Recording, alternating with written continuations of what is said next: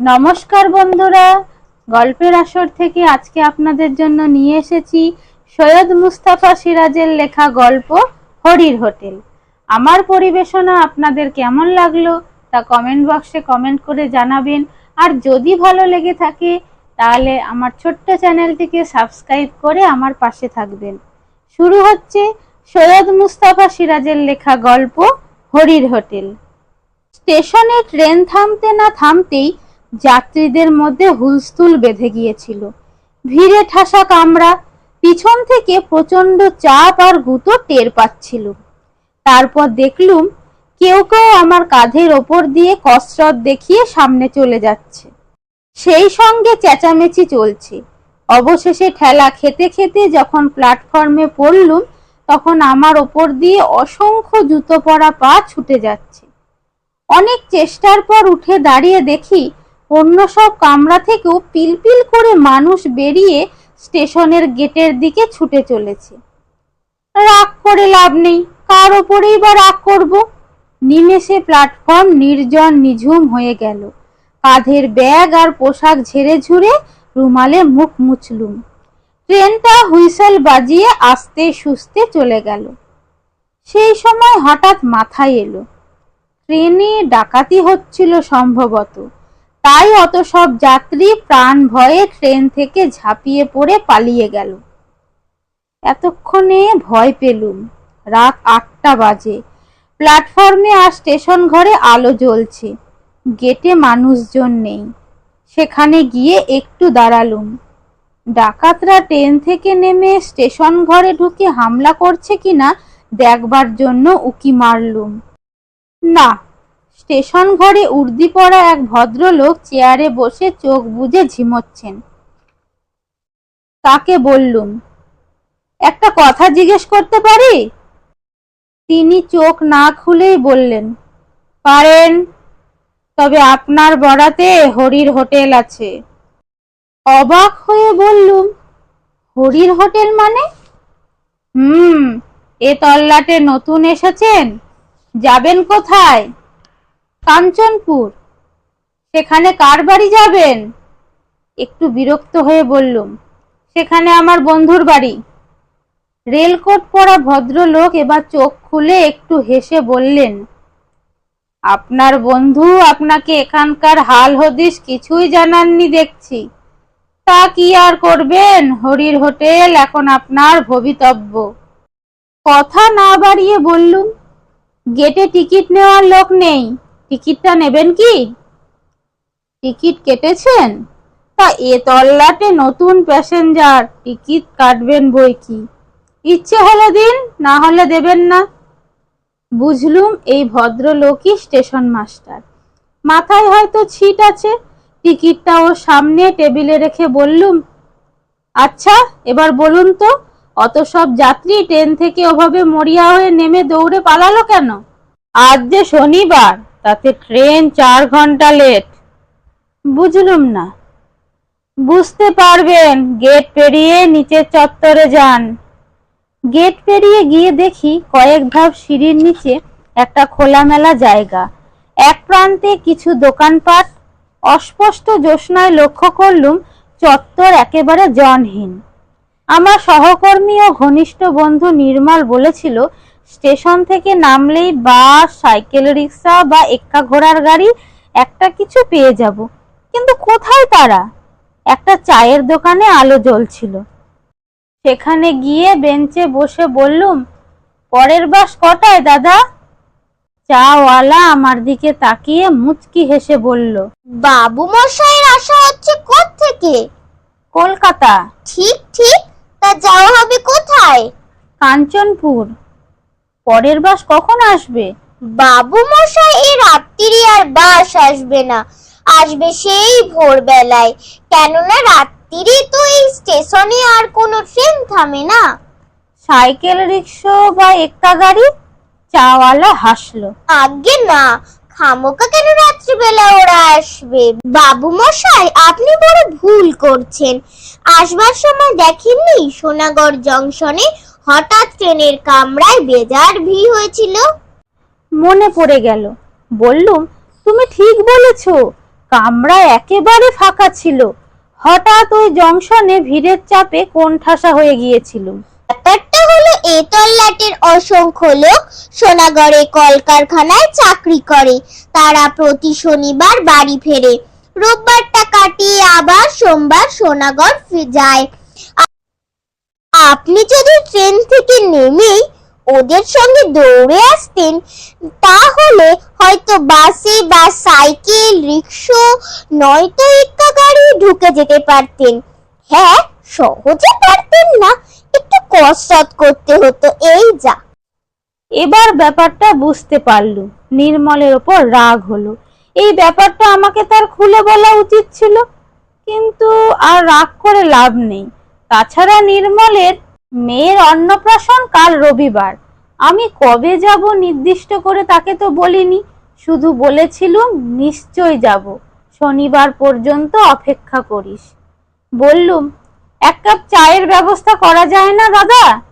চাওয়ালা গম্ভীর মুখে মাথা নাড়ল। না বাবু মশাই, উনুনে আমার রাতের রান্না শেষ করে জল ঢেলে দিয়েছি, আর চা করার কোনো উপায় নেই। আচ্ছা, এখানে হরির হোটেলটা কোথায়? লোকটা যেন চমকে উঠল। হরির হোটেল? এর আগে কখনো হরির হোটেলে খেয়েছিলেন নাকি? না, আমি এই প্রথম এখানে আসছি। হরির হোটেলের কথা স্টেশন মাস্টারের মুখে শুনলুম। ও, হরির হোটেলে যখন যাওয়ার ইচ্ছে হয়েছে চলে যান, তবে একটু দেখে শুনে যাবেন। বলে চাওয়ালা আমার মুখের সামনেই দোকানে ঝাঁপ ফেলে দিল। এখানে দেখছি সবই অদ্ভুত, লোকজনও অদ্ভুত।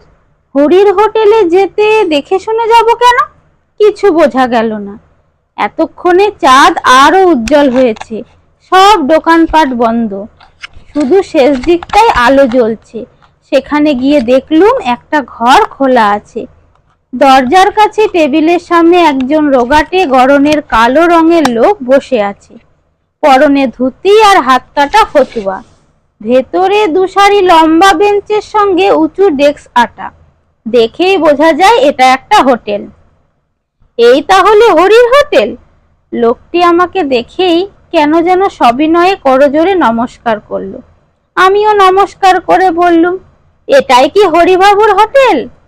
সে জিভ কেটে মাথা নেড়ে বলল, আজ্ঞে স্যার, দয়া করে আমাকে বাবু বলবেন না, আমি একজন সামান্য লোক। বাইরে টাঙানো সাইনবোর্ড দেখুন, লেখা আছে অন্নপূর্ণা হোটেল, কিন্তু এ তল্লাটে সবাই বলে হরির হোটেল। ঠিক এই সময় আমার মনে পড়ে গেল, আজ বেলা 11টায় খেয়েছি, তারপর ট্রেনে বার তিনেক বিস্বাদ চাপ, আর একই সময়ে ডাল ভাত মাছের ঝোল মিশ্রিত লোভনীয় খাদ্যের তীব্র ঘ্রাণ আমার বাঙালি পেটে প্রচন্ড ক্ষুধার উদ্রেক করলো। শটান হোটেলে ঢুকে কাছের বেঞ্চে বসলুম, ব্যাগটা একপাশে রেখে বললুম, আমার খুব খিদে পেয়েছে, শিগগির ব্যবস্থা করুন হরিবাবু, ডাল ভাত যা হোক। হরি ডাকলো, খেদা, ও খেদু, ঘুমলি নাকি? ভেতর থেকে ঢোলা হাফ প্যান্ট পরা একটা নাদুস নুদুস গোলগাল গড়নের যুবক এসে একগাল হেসে বলল, তখন তোমাকে বলেছিলুম না হরি দাদা, দুমুঠো চাল বেশি করে নি, আর তরকারি তো অনেক আছে। হরি বলল, তাহলে স্যারকে একখানা পুরো মিল দে। কিছুক্ষণের মধ্যে গোগ্রাসে এক থালা ভাত, ডাল, তরকারি, মাছ পরম তৃপ্তিতে খেয়ে ঢেকুর উঠল। হাত মুখ ধুয়ে এবং মুছে বললুম, অপূর্ব, খাসা আপনার হোটেলের রান্না, খেয়ে এমন তৃপ্তি জীবনে পাইনি। হরি বলল, অথচ বেটা ছেলেরা আমার হোটেলের বদনাম রটায়। কি আর বলবো স্যার, আমার নামে থানায় পুলিশের কাছে নালিশ পর্যন্ত করেছিল। চাক গেছে সব কথা। আপনি আমার অতিথি, আপনার কাছে দাম নেব না। কিছুতেই হরি মিলের দাম নিল না।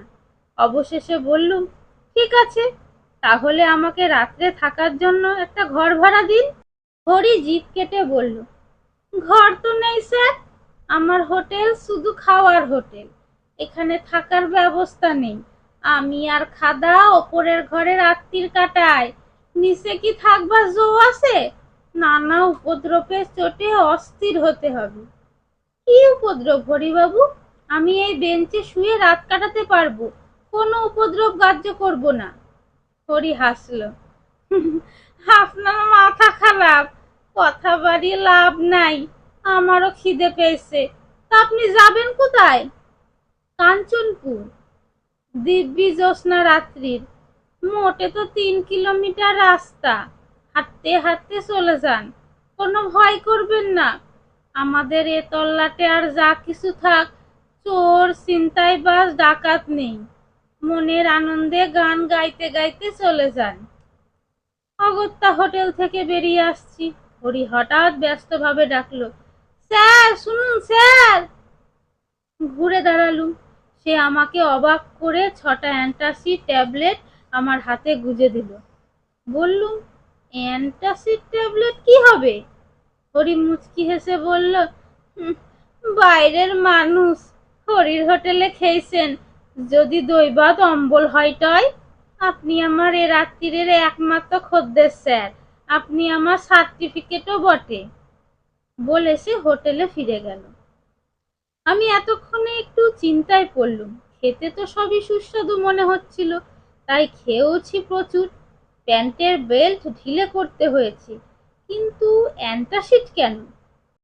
দুধারে মাঠ, নির্জন পিচ রাস্তায় গুনগুন করে সত্যি মনের আনন্দে গান গাইতে গাইতে হাঁটছিল। জ্যোৎস্নায় চারিদিক বেশ স্পষ্ট। কিছু দূর চলার পর মনে হলো পেট বেজায় ওজনদার হয়ে উঠেছে। তখন 2টো অ্যান্টাসিড ট্যাবলেট মুখে পুরে চুষতে থাকলো।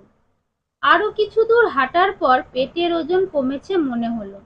সেই সময় নেহাত খেয়াল বসে একবার পিছু ফিরে দেখি আমার পিছনে কেউ একজন হেঁটে আসছে। একজন সঙ্গী পাওয়া গেল ভেবে দাঁড়িয়ে গেলুম। অমনি সেই লোকটাও দাঁড়িয়ে গেল। বললুম, কে? কোনো সাড়া এলো না। একটু ভয় পেলুম। ছিনতাইবাজ বা ডাকাত নয় তো? চলার গতি বাড়ালুম। তারপর এক অদ্ভুত ঘটনা লক্ষ্য করলুম। যতবার পিছনে তাকাচ্ছি দেখছি জ্যোৎস্নায় কালো রঙের মূর্তির সংখ্যা বেড়ে যাচ্ছে। রাস্তার দুপাশে মাঠ থেকে 1জন 2জন করে আরো লোক এসে সেই ছায়া মিছিলকে বাড়িয়ে তুলছে। অবশেষে ঘুরে দাঁড়িয়ে চেঁচামেচি করে বললুম, তোমরা যেই হও, আমার কাছে ডাকাতি করার মতো মালকড়ি নেই। বন্ধুর মেয়ের অন্নপ্রাশনে উপহার দিতে কিছু পুতুল আর জামা কিনেছি। নগদ টাকা কড়ি যা আছে তা তোমরা কেড়ে নিয়ে ভাগাভাগি করলে প্রত্যেকে একটা আধুলির বেশি পাবে না। কাজেই তোমরা কেটে পড়ো। আশ্চর্য ব্যাপার, কালো কালো মানুষের দল স্থির দাঁড়িয়ে আছে। তারপর আবার কিছুটা হেঁটে গিয়ে ঘুরে দেখি তারা সমান দূরত্বে আমাকে অনুসরণ করছে। এরা কারা? অজানা ত্রাসে শিউরে উঠলুম। সাহস দেখিয়ে খুব চেঁচিয়ে বললুম, সাবধান, আমার কাছে রিভলভার আছে, আমি কিন্তু পুলিশের লোক, গুলি করে মুন্ডু উড়িয়ে দেব। কিন্তু এই হুমকিতেও কাজ হলো না। আমি যত দ্রুত হাঁটছি তারা একই দূরত্বে নিঃশব্দে হেঁটে আসছে। আমি থমকে দাঁড়ালে তারাও দাঁড়িয়ে যাচ্ছে। এই অদ্ভুত মায়াকালো মিছিল পিছনে নিয়ে হেঁটে চলা সহজ ছিল না। আমার গলা তৃষ্ণায় শুকিয়ে গেছে। সঙ্গে জলের বোতল নেই, এমনকি একটা টর্চও আনিনি। আতঙ্কে দিশাহারা হয়ে আমি দৌড়তে শুরু করলুম। দৌড়তে দৌড়তে যতবার পিছু ফিরে তাকাচ্ছি সেই বিভীষিকা আমাকে অনুসরণ করছে। কিছুক্ষণ পরে সামনে ঘন কালো গাছপালার ফাঁকে রাস্তার ধারে একটা মন্দির দেখতে পেলুম। মন্দিরের উঁচু খোলা চত্বরে কারা বসে কথা বলছিল। আমি দৌড়ে গিয়ে সেখানে দাঁড়াতেই লোকগুলো হইচই করে বলে উঠল, কে কে কে? হাঁপাতে হাঁপাতে বললুম, আমি আমি। কেউ ধমকে বলল, আমি কে? আগে আমি কলকাতা থেকে আসছি, যাব কাঞ্চনপুর, বাস ফেল করে বড় বিপদে পড়েছি। একজন বলল, তাই বলুন, তা বিপদটা কি? একদল কালো কালো লোক আমাকে ফলো করে আসছে। সর্বনাশ, আপনি কি হরির হোটেলে খেয়েছেন? খেয়েছি, বড্ড খিদে পেয়েছিল। অমনি আবার হইচই পড়ে গেল। ওরে, এ হরির হোটেলে খেয়েছে রে, কি সর্বনাশ! আবার একা নয়, সঙ্গে হরির হোটেলে খাওয়া পুরো দলটাকে সঙ্গে নিয়ে আমাদের গায়ে এসেছে। এইসব বলতে বলতে লোকগুলো মন্দিরের পিছনে উধাও হয়ে গেল। তারপর গ্রামের কুকুরগুলো ডাকতে লাগলো। আমি এবার কি করব ভাবছি, সেই সময় দেখলুম উঁচু চত্বরের পাশে একজন লোক দাঁড়িয়ে আছে। বললুম, দেখুন তো মশাই, কি অদ্ভুত ব্যাপার! বিপদে পড়ে এখানে ছুটে এলুম, অথচ ওরা অমন করে পালিয়ে গেলেন। লোকটি খিকখিক করে হেসে বলল, পালাবাড়ি কথা, আপনি হরির হোটেলে খেয়েছেন কি না? করুণ স্বরে বললুম, কেন, হরির হোটেলে খেলে কি হয়? যে খায় সে বেদবমি করে টেসে যায়। আমি কিন্তু টেসে যাইনি, হরিবাবু আমাকে অ্যান্টাসিড দিয়েছিলেন, দুটো খেয়েছি। দুটোতে কাজ হয় না মশাই, এখনো আপনার পেটে হরির হোটেলের ভাত আছে তো, তারই গন্ধে যত গন্ডগোল বেঁধেছে। কারা আপনাকে ফলো করেছে বলছিলেন যেন? হ্যাঁ, একজন দুজন করে অন্তত 30-40 জন হবে। জ্যোৎস্নায় সব কালো কালো মূর্তি। তারা হরির হোটেলে খেয়ে টেসে গেছে। কথায় বলে স্বভাব যায় না মলে। হরির রান্নাটা যে সুস্বাদু, সেই লোভে পড়ে পেট পুড়ে খেলেই কেলেঙ্কারি। ওরা বেদবমি করে টেসে গিয়েছে বটে, কিন্তু লোভটা যায়নি। আপনার পেট থেকে হরি সুস্বাদু রান্নার গন্ধ টের পেয়েই ওরা আপনার পিছু নিয়েছে, বুঝলেন তো? বুঝলুম, কিন্তু আপনি দয়া করে আমাকে কাঞ্চনপুরে পৌঁছে দিন। কাঞ্চনপুর আরো প্রায় 1 কিলোমিটার।